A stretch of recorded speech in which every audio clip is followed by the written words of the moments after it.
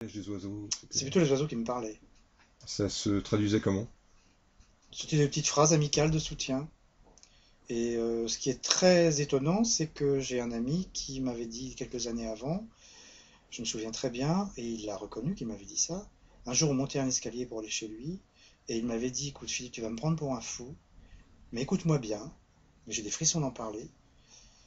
Il m'a dit, écoute, tu vas me prendre pour un fou, mais le jour où tu entendras les oiseaux te parler, c'est que tu auras passé une, une porte, et c'est que tu seras arrivé. Je peux simplement dire que les oiseaux m'ont adressé des messages de soutien et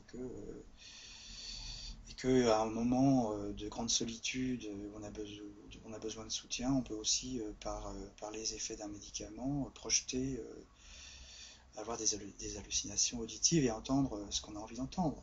Après, on peut aussi imaginer que les oiseaux m'ont vraiment soutenu si on considère que, ce qui est assez joli d'ailleurs, les oiseaux sont l'incarnation des âmes des défunts. Et je pense que si on voit les choses de cette façon,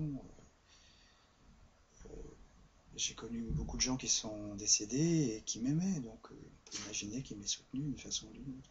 Dans le livre, justement, vous parliez de la relation entre la réalité et la fiction. On a l'impression que le personnage évolue comme ça dans une espèce de no man's land, comme si le monde glissait, s'ouvrait, se fissurait et que, oui, le personnage évolue entre les morts et les vivants, et on ne sait plus tout à fait qui sont les morts, qui sont les vivants. Et lui, il est réellement entre les deux. C'est très troublant en fait. Voilà. C'est un peu sur le fil, oui. Oui, il est sur un fil, c'est un Ouais. funambule. Parce que vous-même vous êtes un funambule. Enfin, Disons que j'ai pas la technique d'un funambule, hein. Là, c'est mon côté professionnel du spectacle qui rend hommage aux gens qui sont capables de s'astreindre à une discipline pour arriver à ses prouesses. Donc, j'ai jamais marché sur le fil, pour de vrai. Il y a un très beau texte de Nietzsche sur le funambule qui parle de la fascination qu'il opère sur les foules et le secret désir que les foules ont de le voir tomber. C'est un grand classique aussi. vous avez l'impression qu'on essaie de vous faire tomber en fait. Je ne veux pas tomber dans la paranoïa, mais dans la mesure où on vit des périodes difficiles, il y a toujours un plaisir de voir quelqu'un à terre. Parce que Et c'est humain. le personnage est pris dans un univers assez kafkaïen où on a l'impression qu'il y a des forces, il est aux prises avec des forces invisibles. Alors on peut pas réellement définir ces forces invisibles, on en a une esquisse à travers le labo, à travers la figure de la mère féministe. C'est comme s'il y a des ombres autour de ce personnage. On est dans un univers presque du troisième homme de Orson Welles. On s'attend au coin d'une rue de rencontrer carrément le diable, ou enfin je dis le diable, en tout cas le mal Oui, le incarné. diable est démodé. Il faut voir peut-être la réalité contemporaine. Je veux dire que il y a une telle casse des valeurs ancestrales que effectivement on n'a plus aucune il n'y a plus aucun tabou sur les hommes cobayes, la chair d'hôpital, la chair à fantasme. Il y a des on n'a même pas l'idée, on se dit bon c'est pas possible, c'est assez effrayant en fait. Hein. C'est un livre assez effrayant quand même. C'est un livre qui est prémonitoire, je pense, d'une réalité à venir, qui est un peu sauvage, ou même très Qui est sauvage. là de toute façon, qui est déjà là en fait. Et je pense qu'on nous encourage à assumer nos pulsions animales plutôt qu'à transcender l'animal en nous.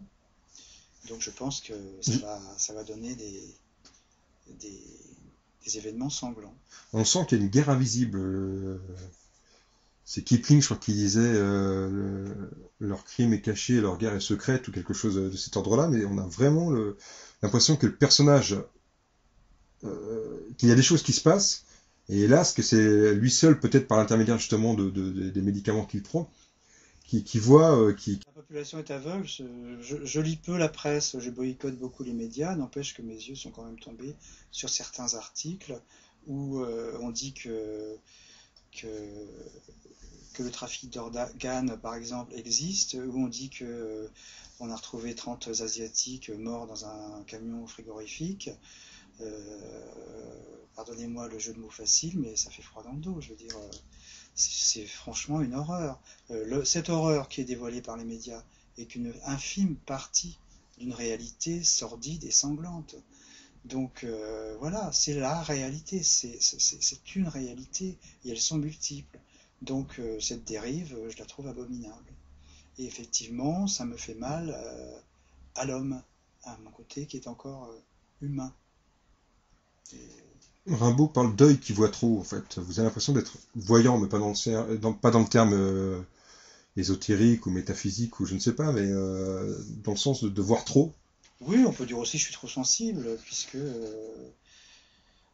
tout est fait pour qu'on devienne insensible, puisque la sensibilité est démodée également. C'est une qualité, enfin c'est plutôt un défaut obsolète. Je veux dire que Vous pensez être démodé par l'homme votre nouveau, sensibilité? oui, absolument, oui. L'homme nouveau ne doit pas être sensible, puisque c'est la casse de l'emploi, c'est la contamination, c'est le jeu de la roulette avec les maladies, et c'est une réalité. Donc ce qu'on a voulu faire de vous, c'est-à-dire un être insensible, on va dire, ça, le plan a échoué, quoi, quelque part. Je pense pas qu'on ait voulu faire de moi un être insensible. Je pense que j'ai servi de cobaye pour. J'ai servi de cobaye. Enfin, comment dire, je suis un jouet humain. J'ai été un jouet humain. Quelque part, j'insiste là-dessus, dans le J'essaie de sens voir, littéraire hein, du terme. j'essaie de garder les yeux ouverts. J'essaie de garder les yeux ouverts. C'est pour ça que j'éteins la télé. Ouais. Pensez la télé est néfaste, en fait, pour le monde dans lequel Écoutez, la propagande internationale est fatigante, je veux dire.